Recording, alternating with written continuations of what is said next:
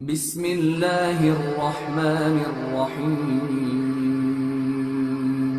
شروع اللہ کے نام سے جو بڑا مہربان نہایت رحم والا ہے۔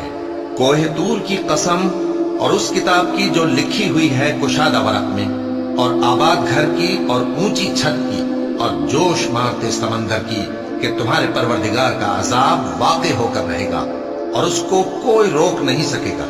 جس دن آسمان لرزنے لگے کپ کپا کر اور پہاڑ سچ مچ اڑنے لگے تو اس دن جھٹلانے والوں کے لیے خرابی ہوگی جو بیکار باتوں میں پڑے کھیل رہے ہیں۔ جس دن ان کو آتش جہنم کی طرف دھکیل دھکیل کر لے جائیں گے اور کہا جائے گا یہی وہ جہنم ہے جس کو تم جھوٹ سمجھتے تھے۔ تو کیا یہ جادو ہے یا تم کو نظر ہی نہیں آتا؟ اس میں داخل ہو جاؤ اور صبر کرو یا نہ کرو تمہارے لیے یکساں ہے۔ جو کام تم کیا کرتے تھے یہ انہی کا تم کو بدلہ مل رہا ہے۔ جو پرہیزگار ہیں وہ باغوں اور نعمتوں میں ہوں گے۔ جو کچھ ان کے پروردگار نے ان کو بخشا اس کی وجہ سے وہ خوشحال ہوں گے، اور ان کے پروردگار نے ان کو دوزخ کے عذاب سے بچا لیا۔ کہا جائے گا کہ اپنے اعمال کے صلے میں مزے سے کھاؤ اور پیو۔ تختوں پر جو برابر برابر بچھے ہوئے ہیں تکیے لگائے ہوئے ہوں گے، اور بڑی بڑی آنکھوں والی حوروں کو ہم ان کی بیویاں بنا دیں گے۔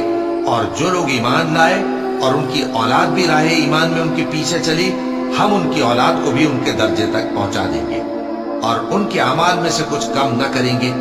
ہر شخص اپنے اعمال میں پھنسا ہوا ہے، اور جس طرح کے میوے اور گوشت کو ان کا جی چاہے گا ہم ان کو عطا کریں گے۔ وہاں وہ جام شراب کی چھینا جھپٹی کریں گے جس کے پینے سے نہ کوئی لغو بات ہوگی اور نہ کوئی گناہ کا کام۔ اور نوجوان خدمتگار جو ایسے ہوں گے جیسے چھپائے ہوئے موتی جو ان کے آس پاس پھریں گے، اور ایک دوسرے کی طرف رخ کر کے آپس میں گفتگو کریں گے، کہیں گے کہ اس سے پہلے ہم اپنے گھر میں اللہ سے ڈرتے رہتے تھے تو اللہ نے ہم پر احسان فرمایا اور دوزخ کی گرم ہوا کے عذاب سے ہمیں بچا لیا۔ اس سے پہلے ہم اسے پکارا کرتے تھے، بے شک وہ احسان کرنے والا ہے، مہربان ہے۔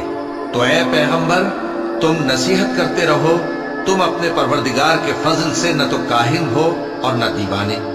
کیا کافر یہ کہتے ہیں کہ یہ شاعر ہے اور ہم اس کے لیے زمانے کی گردش کا انتظار کر رہے ہیں؟ کہہ دو کہ انتظار کیے جاؤ، میں بھی تمہارے ساتھ انتظار کرتا ہوں۔ کیا ان کی عقلیں ان کو یہی سکھاتی ہیں یا یہ لوگ ہیں ہی شریر؟ کیا کفار یہ کہتے ہیں کہ ان پیغمبر نے قرآن از خود بنا لیا ہے؟